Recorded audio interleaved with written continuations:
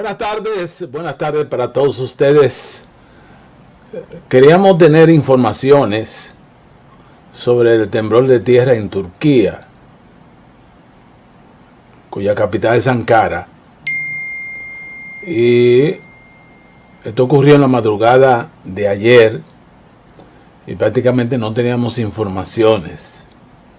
Informaciones que pueden ayudar, que pueden edificar para usted tener, cada cual tener una información verdadera. Ahí tenemos que las edificaciones de Turquía se parecen mucho a la de Latinoamérica. Como ustedes, esa frase que se puso muy de boga, a la brigandina. Se pone una columna vertical, pero sin energía de disipación, sin energía soportable, sin medir la energía sismo resistente que va a tener esa edificación. Es decir, que por ejemplo en estas 4 paredes que yo tengo aquí, si son 5 columnas, hay que medir que esas columnas tengan 7 veces la resistencia del techo que se le va a poner. Pues aquí y en Turquía, que parece que ocurrió así mismo en Turquía, las columnas horizontales, el peso es mayor que las verticales, que los soportes. Aquí no se mide el soporte lo ponen a la brigandina, lo que me dé la gana. Ahí va una columna. Entonces no miden el peso del techo. Al estilo Puerto Plata, la cobija, no la miden. Entonces cuando viene el sismo, el peso del techo horizontal hace que la columna colapse, porque es que el peso es mayor que la resistencia de la columna. Y por eso en ese país dicen que más de 3.500 edificios han caído. Y vi un comentarista diciendo, un analista sismológico, diciendo que parte de la debilidad son los malos cálculos, los malos cálculos en la sismoresistencia, donde las vigas verticales de apoyo tienen que ser 7 veces. 7 veces más poderosa, porque ellas representan la columna de apoyo del edificio. Vamos a poner cuadriculado, que sea un cuadrado, representa el apoyo de esa edificación, pero al mismo tiempo representa el apoyo del techo. O sea, es una doble vía. En consecuencia, si esas vigas no se hacen con criterio, sismo resistente, así que se llama, que en América Latina no las hay.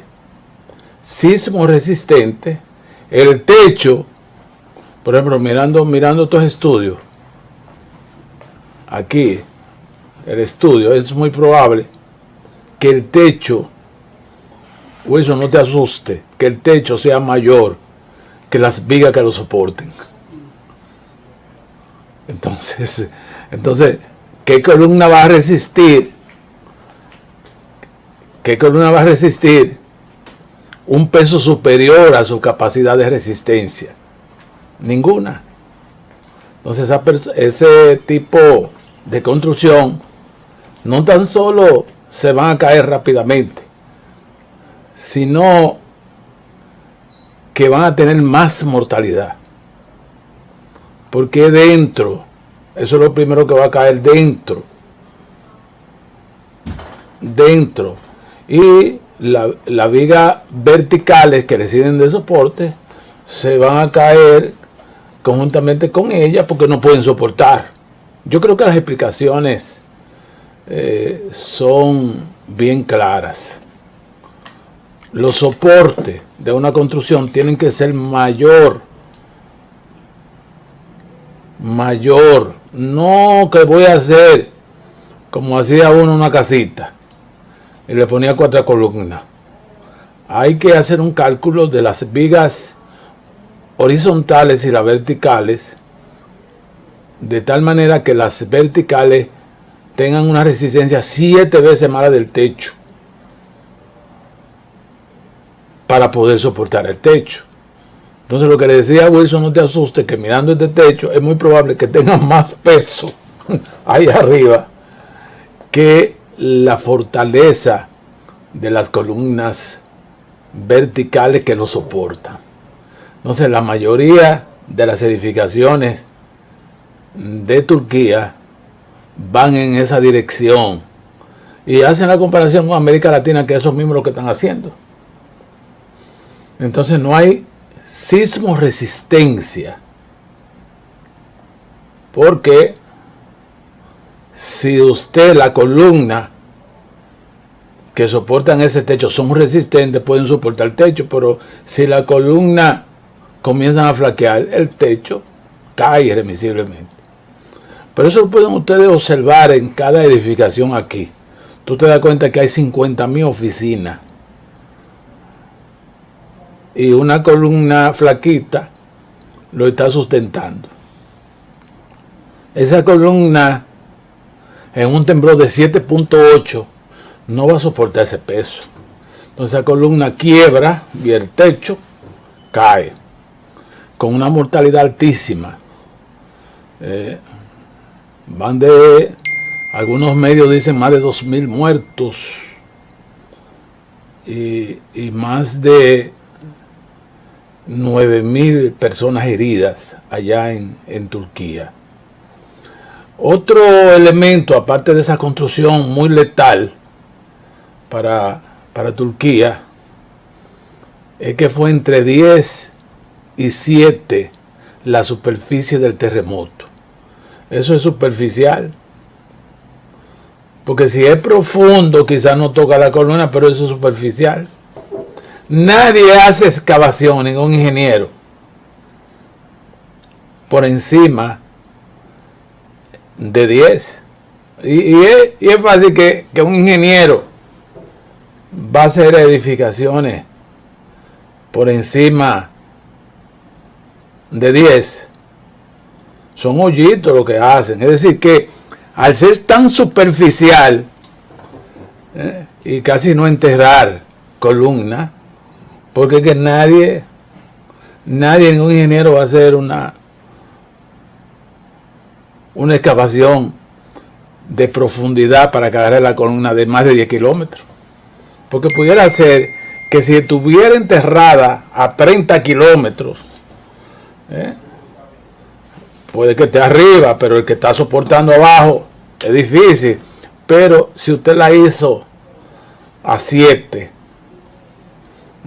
¿a qué 7? ¿Quién va, ingeniero, a hacer una excavación de 10 kilómetros hacia abajo? No, 1 o 2 kilómetros. Es decir, que esa parte superficial del terremoto también fue un elemento letal, catastrófico para esa nación. El sismo, la intensidad sísmica de profundidad entre 10 y 17. Oye, superficial, aterrador porque es en la misma tierra ahí. Si a uno lo entierran a 4 pies y tú ves que ahí mismo que está. ya usted se imagina. Entonces, esas mismas condiciones tiene América Latina por las construcciones. Ojalá que esto nos llame la atención en función de las edificaciones, porque parte de la gran tragedia es el tipo de construcción, que son columnas sin ningún tipo de sismo resistencia, como lo vemos aquí, que tú vas a un edificio de 3 y 4 y tú te das cuenta que en ese edificio hay un mundo de cosas, y cuando tú ves la columnita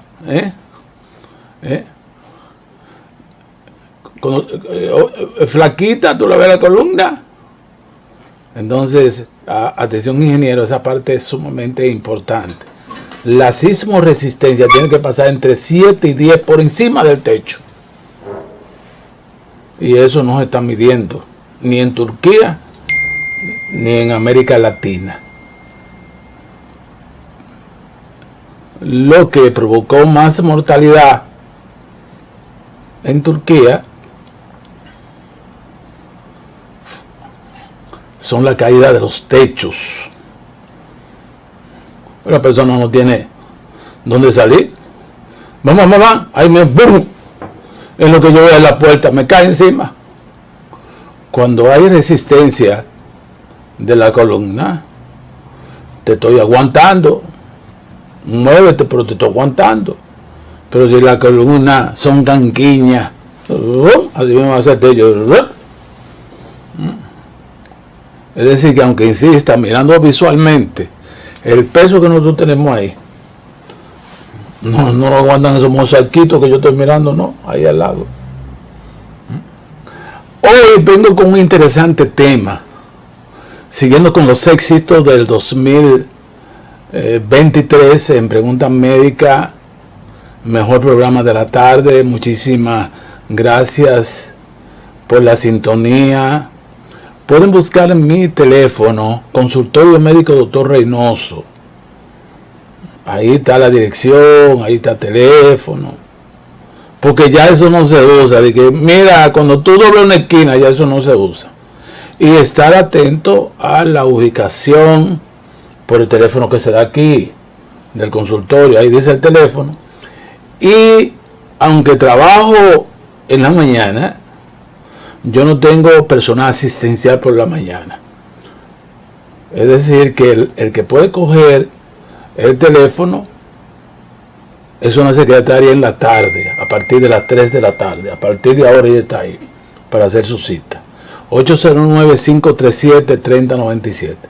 Por la mañana, como yo no tengo personal, yo estoy trabajando con el paciente y el teléfono sonando. Pero en la tarde sí puedo trabajar con una asistencia porque tengo una secretaria. Así que me voy a este primer bloque ardiendo en llama. Suéltenme. Bueno, hoy le toca obstetricia y voy a tocar un tema que representa el 30% de la mortalidad materna. Aquí estamos en más de 100 por cada 100.000 nacidos vivos. Se mueren 100 mujeres. 120, 115. No hemos evolucionado para nada. Se siguen muriendo mujeres en el derecho a ser madre, que no debe ser. Aquí en República Dominicana se mueren. Y estamos luchando para eso, pero no hay forma. El amigo que está ahí en el Servicio Nacional de Salud no ha incentivado políticas tendentes a guías de tratamiento que revolucionen la atención obstétrica, y esto sigue igual.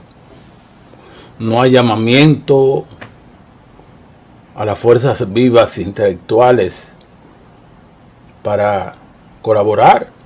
Yo estoy estoy a las órdenes, que me llamen para trabajar las guías de manejo, porque dijo alguien que si quiere resultados diferentes tiene que hacer cosas diferentes. Entonces, en el mismo esquema de rutina, incluso con gente del tema que ya yo lo dije, que todavía dicen DPPNI, que obviamente tienen muchos que no revisan ese tema, porque parece que fue un médico que se le ocurrió decir desprendimiento prematuro de placenta normalmente insertado, lo cual es una incongruencia, porque todos los desprendimientos de prematuro de placenta están donde tienen que estar, insertándose en su decidua en la parte posterior del útero. Y el parámetro comparativo son los libros en inglés. Usted no ve SNI. Pero debido a que nuestras guías de manejo son de boca, el amigo Mario Lama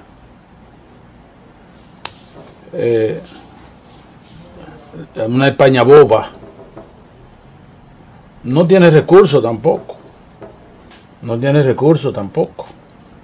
porque este gobierno se ha olvidado de la salud. Entonces sigue el mismo estatus y la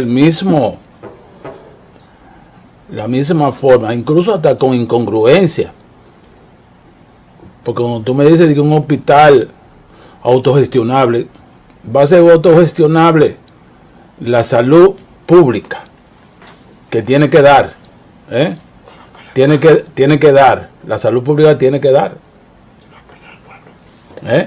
tiene que dar la salud pública. Entonces no puede ser autogestionable.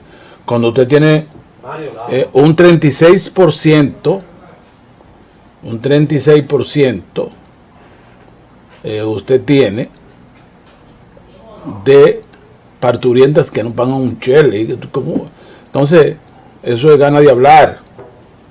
Y que de pacientes que no tienen posibilidades de un seguro y que van al hospital dominicano. Entonces, muchas incongruencias y pocos cambios. Por eso es que usted oye todavía médicos usando, porque si no se cambia, si no se discuten los temas, las costumbres son difíciles de quitar. Alguien dijo de PPNI, entonces siguen siendo de PPNI. Yo lo sirvo para diagnosticar. El que me dice de PPNI al lado, yo lo miro, digo, tiene mucho que no cojo un libro. Por una simple razón. El desprendimiento prematuro de placenta se inserta por encima del cuello, o sea, en donde tiene que estar normalmente insertado. Entonces, ¿por qué usted le pone normalmente insertado? Ya yo no voy a decir eso porque pero sigue diciendo, incluso algunos temas en YouTube, gente desfasada hablando de PPNI, eso tampoco están buscando libros para leer. Yo traje este tema y es muy probable que por falta de tiempo no lo concluya, pero es uno de los temas más dolorosos de la obstetricia, porque engaña al médico.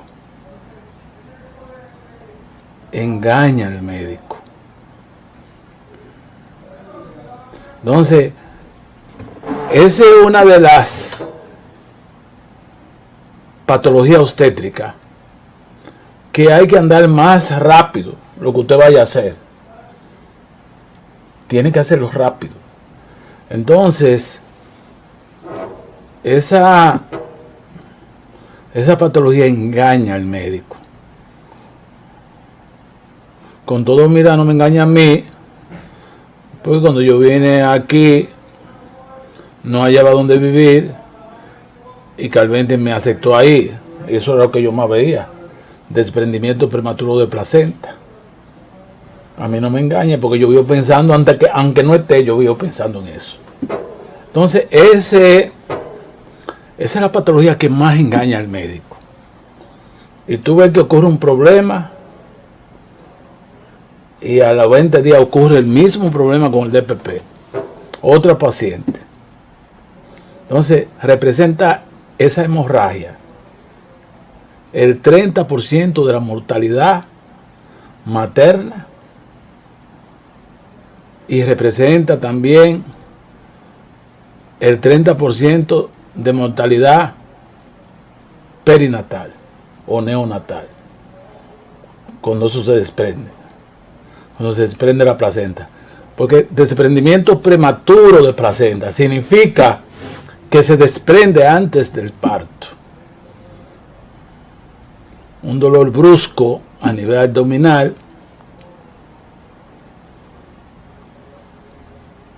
con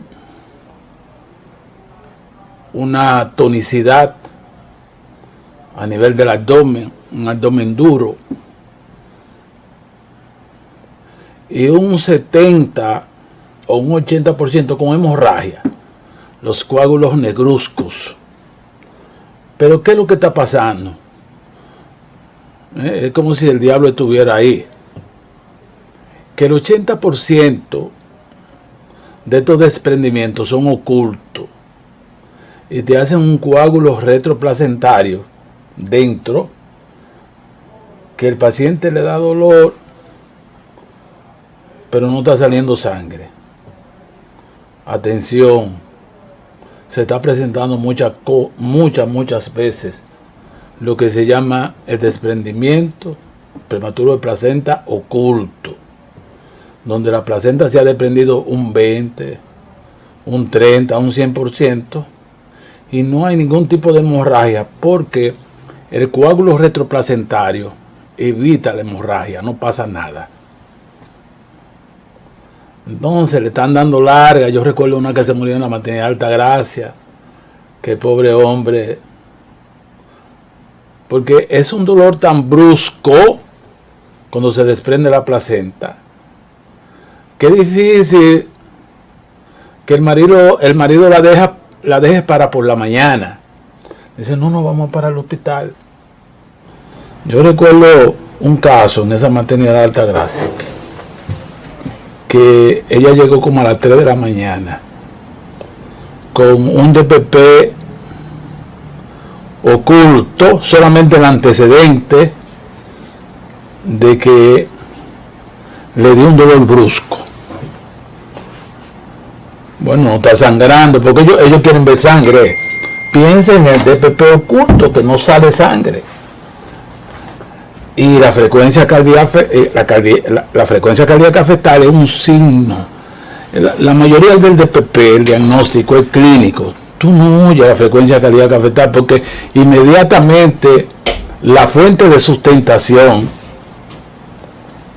que es la placenta, se desprende, el niño pierde oxígeno y muere o está en bradicardia. Entonces, si tú no estás oyendo la frecuencia cardíaca, el niño no se le oye el corazón, el abdomen está duro, pero tú tienes que pensar que hay un desprendimiento prematuro de placenta. Pero ellos quieren ver sangre, no ven sangre, y acostaron a esa paciente. Al otro día, la mayoría de la gente vive de chiripa. En la tarde va el marido. No, que el sonografista no está.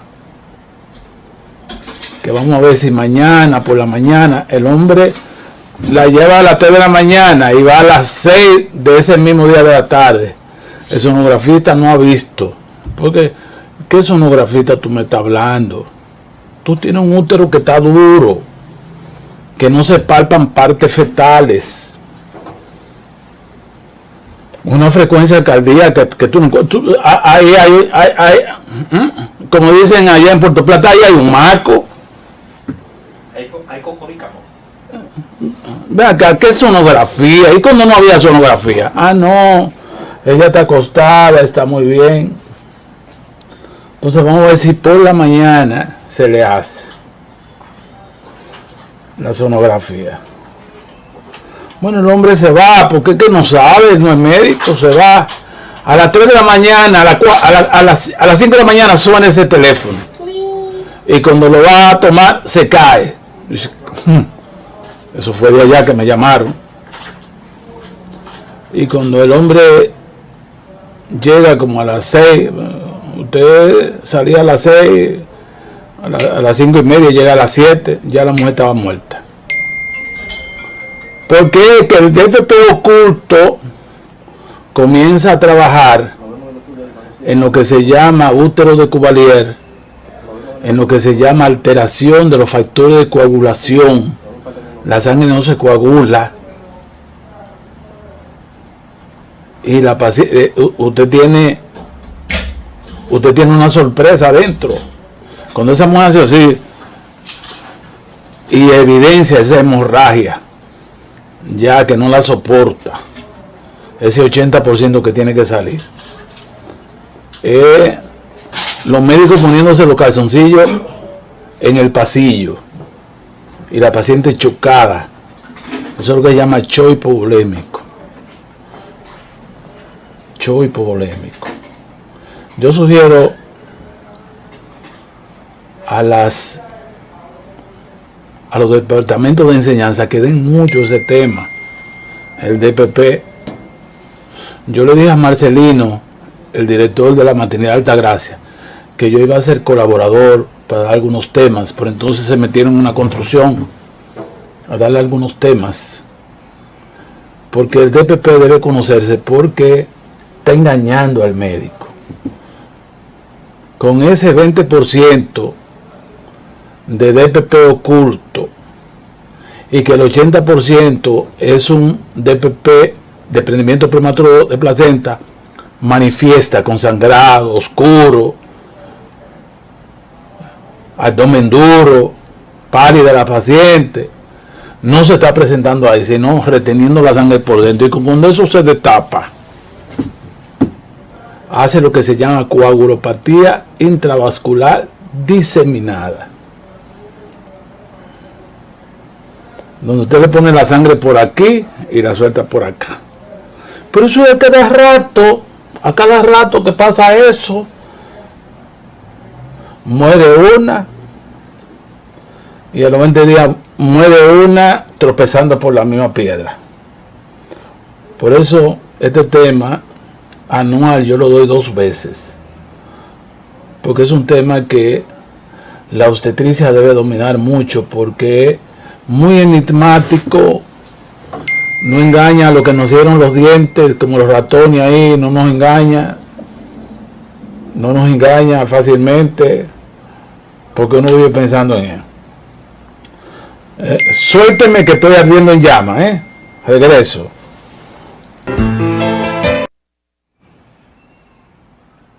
Las guías de manejo de un servicio es lo que caracteriza la atención. Si usted no tiene normas, si usted no revisa, yo quería que un académico como Mario Lama, el director del Servicio Nacional de Salud, se iba a buscar en una cruzada de todos los hospitales. Si es de cardiología, convocar a las fuerzas vivas intelectuales de la cardiología para revisar las guías de manejo.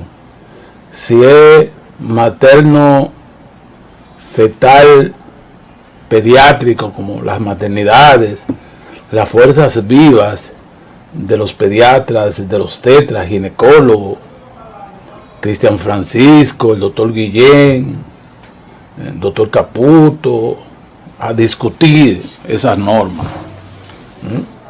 Doctor Reynoso, que esté ahí, un grupo, que yo creo que ningún profesor se va a negar, y esas cartillas de manejo se van cambiando todos los años, porque es que las cosas van cambiando. La mayoría de presentación del desprendimiento prematuro de placenta es oculto, un dolor y no sale nada, pero usted no está oyendo la frecuencia cardíaca fetal, o si la está oyendo muy débil.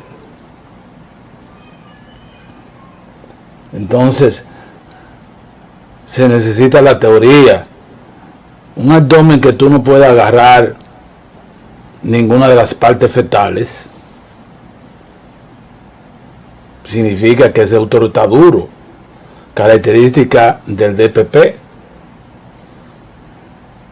No acostarle arropando y arropando a esa paciente, de que esperando una sonografía. Un clínico hace así, le pone la mano,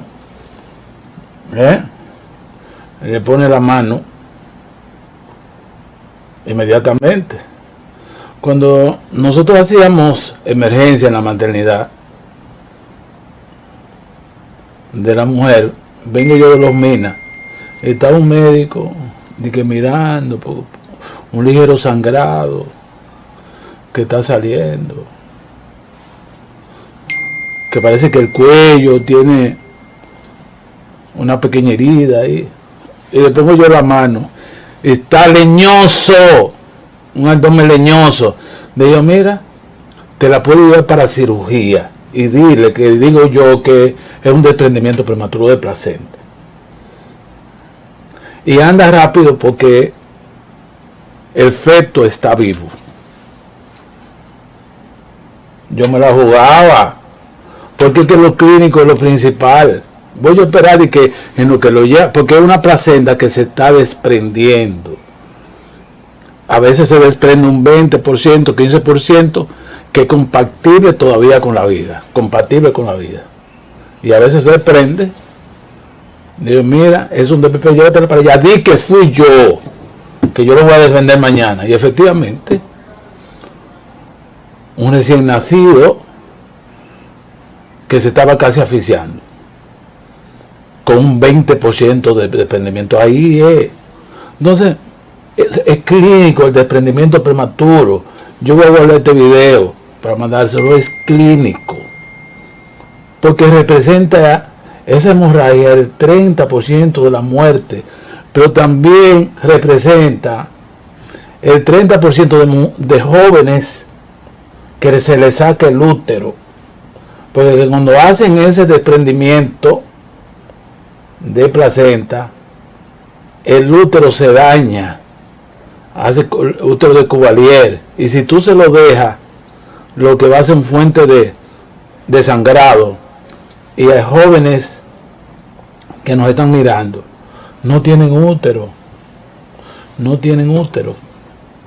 porque esas son las que están vivas, las que logran estar vivas, porque se produce un sangrado que hay que buscar toda la pinta de sangre que hay por ahí, porque se produce lo que se llama coagulopatía de consumo, los factores de coagulación.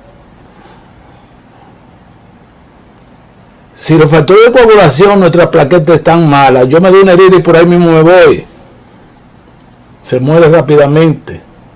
Lo que hace que uno se muera de una hemorragia rápidamente es que hay unos factores de coagulación que retienen para que tú no te vayas en la hemorragia. En el DPP, desprendimiento prematuro de placenta, comienzan a acabarse los factores de coagulación y hacen lo que se llama coagulopatía intravascular diseminada.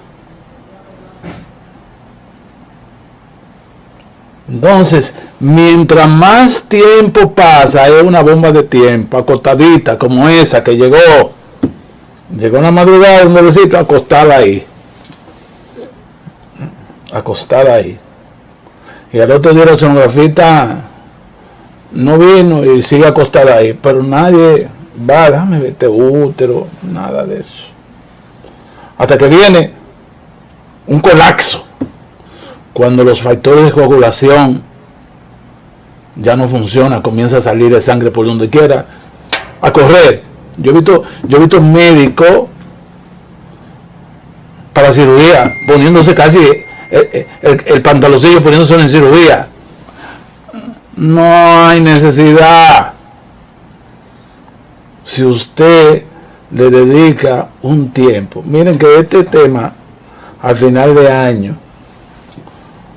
yo todos los años, pero mira, me engranojo cada vez, porque es que lo repiten, juegan con el médico, el DPP.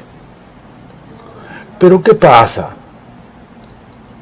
Que uno de los factores más importantes del DPP, que la placenta se desprende, la placenta no tiene que desprenderse antes del parto. Si se desprende es que hay un problema. La placenta, lo que se llama el alumbramiento placentario, es cuando ya parió, unos 5 minutos viene la placenta, que se desprende espontáneamente. No se puede desprender antes de que el niño nazca. No se puede desprender. Entonces, vamos a buscar otros elementos para irnos a la clínica. Vamos a ver esa cartilla de la consulta prenatal, cómo se ha expresado la presión arterial. Porque detrás de una presión alta está un DPP, un desprendimiento prematuro de placenta. ¿Cómo actúa la placenta? La placenta es como si tuviéramos una matica y la pusiéramos en un rincón que no da el sol. Se seca. Cuando hay presión alta, la sangre no llega a la placenta y pierde su mecanismo de sustentación y se desprende. Es decir, que ese DPP es muy sugestivo, es muy sospechoso que haya una preeclampsia por abajo. Lo que pasa es que cuando hay hemorragia, los valores tensionales tienden a bajar y usted tiene un DPP ahí, haga albúmina, mire el récord, cómo se portó esa presión arterial, porque hay una presión arterial detrás de eso. Piense en una preeclampsia. Piense que en una preeclampsia que te desprende como la matica que tú pones en un rincón, no le da el sol, se seca. Entonces es uno de los factores de desprendimiento. La presión es el más frecuente detrás. Y una joven de 19 años, 18 años, tiene el factor. La enfermedad hipertensiva se presenta en las etapas extremas de la vida. Adolescente, 18 años, o en multípara después de 35 años. Ahí lo tiene usted para hacer diagnóstico.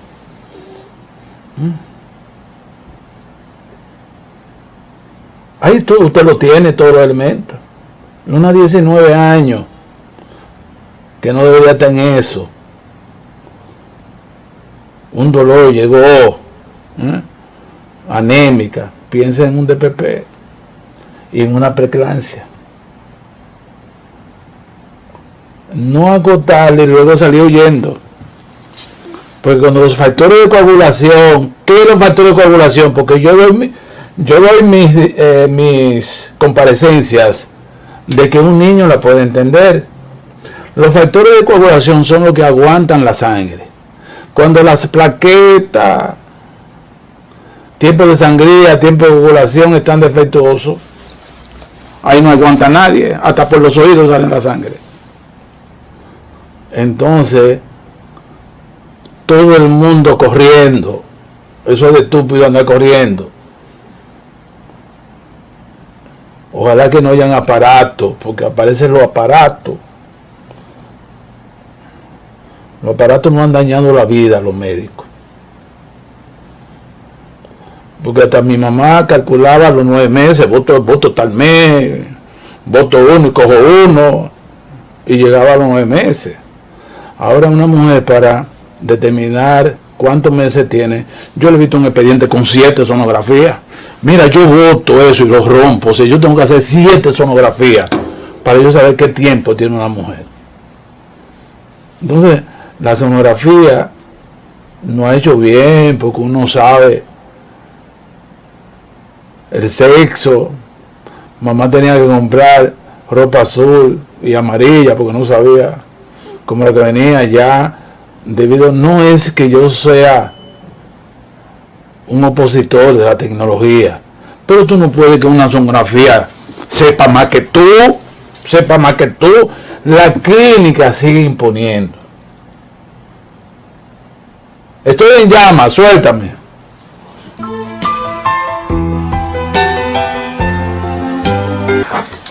Frecuencia Dominicana, su programa Pregunta Médica, líder de la tarde, aquí.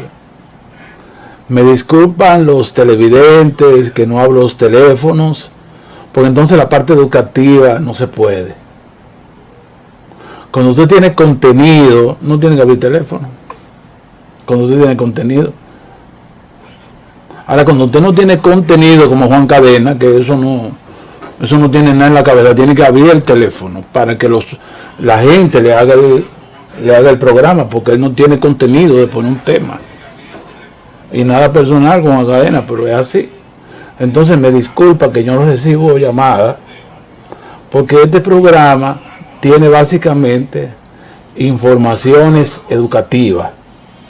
A veces yo lo abro para una pregunta de urgencia que ustedes tengan, pero es educativa. Hoy estamos hablando del DPP, entidad obstétrica que produce un 30% de la mortalidad.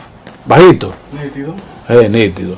El 30% de la mortalidad obstétrica, y se presenta ahí a cada rato. Entonces, los cuerpos de enseñanza de los hospitales deben dar ese tema a los R2, a los R3, a los R4. Tema permanente, R1, R3, R4, porque un equipo, porque se le escapa al R4 a todo el mundo, se le escapa. Entonces, en ese tema,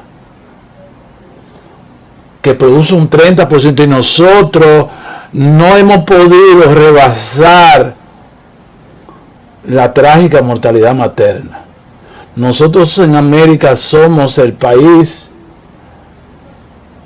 número 1 en mortalidad materna después de Haití, teniendo instituciones hospitalarias, pero es que tenemos un sistema de salud obsoleto totalmente, con poco estímulo para los médicos. Pero yo lo digo a mis colegas, hemos sufrido, pero nuestra vocación por atender a los pacientes no puede caer, aunque no paguen chele, no puede caer. No nos incentivan. Aquí vino la doctora Caridad Moquete y se me cayó la cara de la vergüenza. $5,000 lo menos un médico en Estados Unidos. $5,000 representarían 200,000 pesos al 50. ¿Qué 200? 250,000 pesos al 50 para un médico dominicano. ¿Y cuándo vamos nosotros a ganar? Si lo que estamos ganando 2 cheles. Ahora el colegio médico abocado a esta lucha, que estamos apoyando los pacientes y todos sufriendo, porque es que le hemos entregado la salud al sector privado. Váyanse a sembrar yuca, sector privado, y dejen la salud del pueblo tranquilo, no busquen cuarto ahí. Usted sabe que yo le receto a mi papá uromicina y dije que no la cubre. Ese asqueroso de Senasa que no ha hecho nada, no la cubre. Uromicina no la cubre. Un antibiótico para un hombre viejo que la próstata está fea, y para que no se tape el hombre,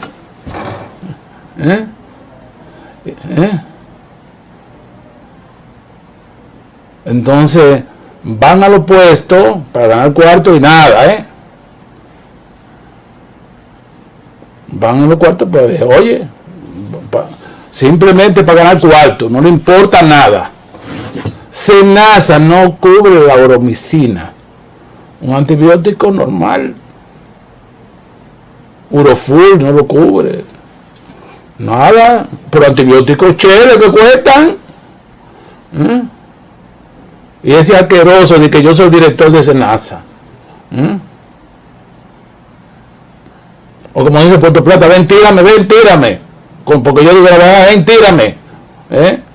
A trompada limpia, ven tírame. Pero tú no puedes permitir, tu director de Senasa, que un pobre viejo con su seguro vaya a buscar una oromicina, que la próstata lo está acabando y que no cubre,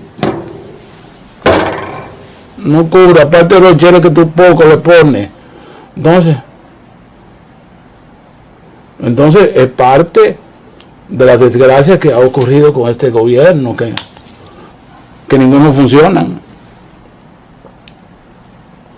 Entonces, ese DPP, señores, representa el 30% de la mortalidad materna.